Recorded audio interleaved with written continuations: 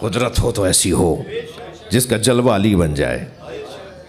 علی مولا عزت الہیہ کی زینت ہیں، علی مولا عدل الہیہ کی زینت ہیں، اور جو وجود اللہ کی قدرت کی زینت ہو اس کی زینت جناب زینب. زین للعب، اپنے بابا کی زینت جناب زینب. جی ادرک اولادی یا اختی، مولا حسین فرما رہے ہیں میری بہن میرے بچوں کا خیال رکھنا. اجرکم اللہ، اجرکم اللہ. اللہ آپ کو کسی غم میں نہ رلائے سوائے غم اہل بیت میں، ہمیں رونے رلانے والوں میں قرار دے. اے میری زینب میرے بچوں کا خیال رکھنا. جناب زینب نے امام حسین کے بچوں کا کہاں کہاں خیال رکھا. کبھی امام سجاد کو جلتے ہوئے خیمے سے لائے ہیں. اجرکم اللہ، اجرکم اللہ. عزادارو، دو سخت منظر تھے جناب زینب کے لیے. ایک قبر سکینہ سے جناب رباب کو اٹھانا، اس لیے کہ بی بی لے کر آتی تھیں، بی بی پھر چلی جاتی، بی بی لے کر آتی تھی، بی بی پھر چلی جاتی تھی. اور جب جناب رباب کو لے کر آئیں تو فرمایا زینب مجھے یہیں رہنے دو، میرا مدینے میں کون ہے، میرا والی کربلا میں رہ گیا، میری بچی زندان شام میں ہے. ایک یہ منظر جناب زینب کے لیے بڑا سخت تھا، اور اجرکم اللہ، اجرکم اللہ. اور دوسرا منظر جو سخت منظر تھا وہ جلتے ہوئے خیمے سے امام سجاد کا لانا. ایک یزیدی سپاہ کا سپاہی کہتا ہے مختار علیہ السلام کے دربار میں، جب پوچھا کہ تم بتاؤ کہ تم نے جو دیکھا ہے وہ بتاؤ تو تمہارے گناہ کو اور تمہاری سزا کو میں کم کر دوں گا.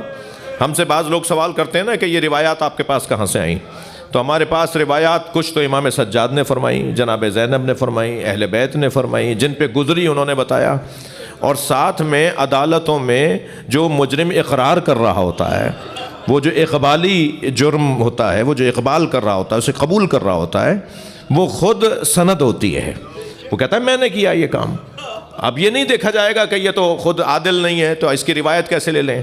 یہاں پر وہ ظالم کہہ رہا ہے میں نے ایسا کیا ہے. تو جناب مختار نے جب پوچھا نا کہ بتاؤ، تو ایک شخص نے کہا کہ میں نے منظر دیکھا کہ ایک بی بی ہے جو جلتے ہوئے خیمے میں جا رہے ہیں، اور جلتے ہوئے خیمے کی چوب سے جا کے اس کا سر لگتا ہے، پھر وہ راستہ بدل کے جاتی ہے، پھر چلتے ہوئے خیمے کی چوب سے جا کے ٹکراتی ہے. تو وہ کہتا ہے میں یہ سمجھا کہ شاید اس کے سر پہ کسی نے چوٹ ماری ہے، اور اس چوٹ کی وجہ سے اس کی آنکھوں کا نور چلا گیا ہے، اور اسے نظر نہیں آ رہا کہ آگے آگ جل رہی ہے. تو کہتا ہے میں دوڑتا آیا اور میں نے کہا بی بی تمہیں نظر نہیں آ رہا آگے تو آگ جل رہی ہے. تو وہ خاتون مڑی اور مجھے دیکھ کر کہنے لگی یا شیخ ان لنا فیہا علیل، اس خیمے میں میرا ایک بیمار رہ گیا ہے جو اپنے پیروں سے چل کے نہیں آ سکتا. تو وہ کہتا ہے تب مجھے معلوم ہوا یہ علی کی بیٹی زینب ہے. اور وہ بی بی جلتے ہوئے خیمے میں گئی، اپنی پشت پر اپنا بیمار بھتیجا اٹھا کے لائے. جو حسین مولا نے فرمایا تھا نا میرے بچوں کا خیال رکھنا، ایک منظر تو یہ نظر آیا. دوسرا منظر اس وقت نظر آیا کہ جب سکینہ بی بی اونٹ سے گریں.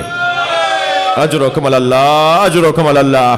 تو جناب زینب نے اونٹ کے بٹھانے کا انتظار نہیں کیا، کھڑے اونٹ سے خود کو گرا دیا اور گئی ہیں اس طرف جہاں سے قافلہ آ رہا تھا، اور آوازیں دیتی جا رہی تھی سکینہ کہاں ہو، میری بچی کہاں ہو.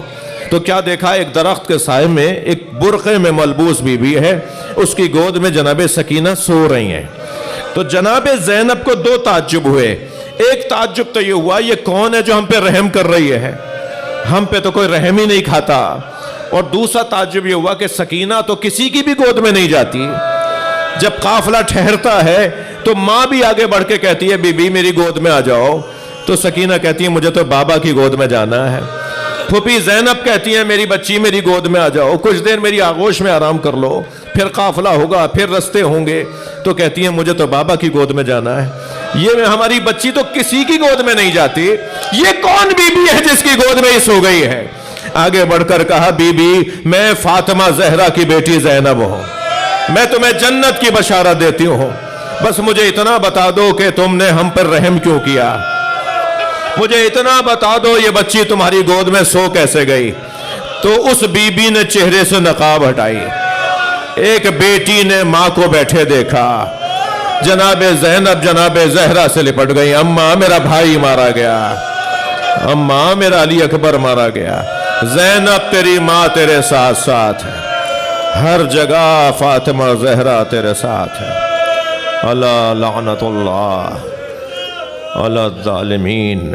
یا اللہ ان آوازوں پر رحمت نازل فرما، مرحومین مغفورین کے درجات کو بلند فرما، ان کی کوتاہیوں سے درگزر فرما، انہیں اعلیٰ علیین میں مقام عطا فرما، جنت الفردوس میں جگہ عطا فرما، پسماندگان کو کار خیر کی توفیق عطا فرما، امام زمانہ کے ظہور میں تعجیل فرما۔